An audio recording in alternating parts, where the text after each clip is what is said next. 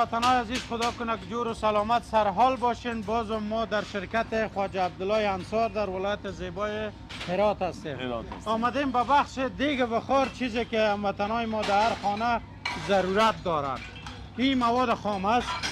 از اینجا به کجا میره؟ این داخل کره میندازه، ذوب میشه. خب ذوب میشه، بارش عیار میشه، آماده میشه بخش رختگری. خب برای رختگرا. قسمی که در برنامه گذاشته ما اونجا یک ذوب دیگه داریم. بله اون ذوب آلومینیوم نرم، ذوب خشک است. خب بسیار خوب. از اینجا ما میریم کجا؟ میریم به بخشی که داخل قالبا میریزه. اینجا ذوب میشه، میره داخل قالبا میریزه.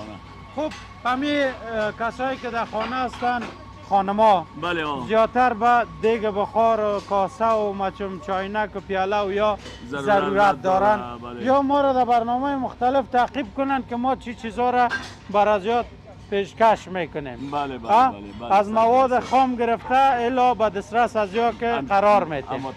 صحیح است. دیگه ببینید که یک دیگ بخار چگونه ساخته میشه، چند مرحله داره تا به دسترس شما قرار میگیره و شما در بین از یگان قابلی، یگان گوشت، یخنی، شوله قربندی، بله یگان کلی گوسفند. حالا میریم از اینجا بخیر به طرف ذوب میریم. خب از اونجا وقت مواد انداخته شد تاجی شد. وقت مواد کم کن. خب وقت مواد اونجا انداخته شد، تیز بیا دیگه، تیز لانگ کامه تو حاجی صاحب ای باش که اگر چی کنه اول قالب خدا بسته بندی کنه. موضوع را تعقیب که خب بیا حاجی صاحب اینجا بیا.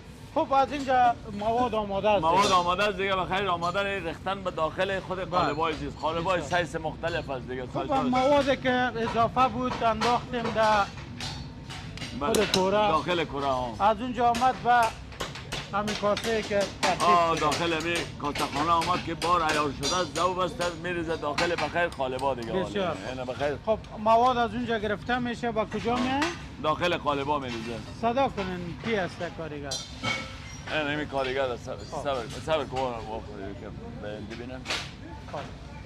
به طرف بین. این چی است استاد جان؟ این مایچه هستن. هنوز مواد داخل از این نریختیم؟ نه طوال نریختیم. بعد از این میریزی؟ خب این باید بسته شو باز مواد میریزی؟ آره. خب دوستان میبینیم که چگونه مواد داخل از این میشه و دیگه بخار با وجود میآید. خب این بسته شد، میشه تشریحات هم بدید. خب وقتی را بسته کردین بعد از او بازم مواد که در کوره است داخل از این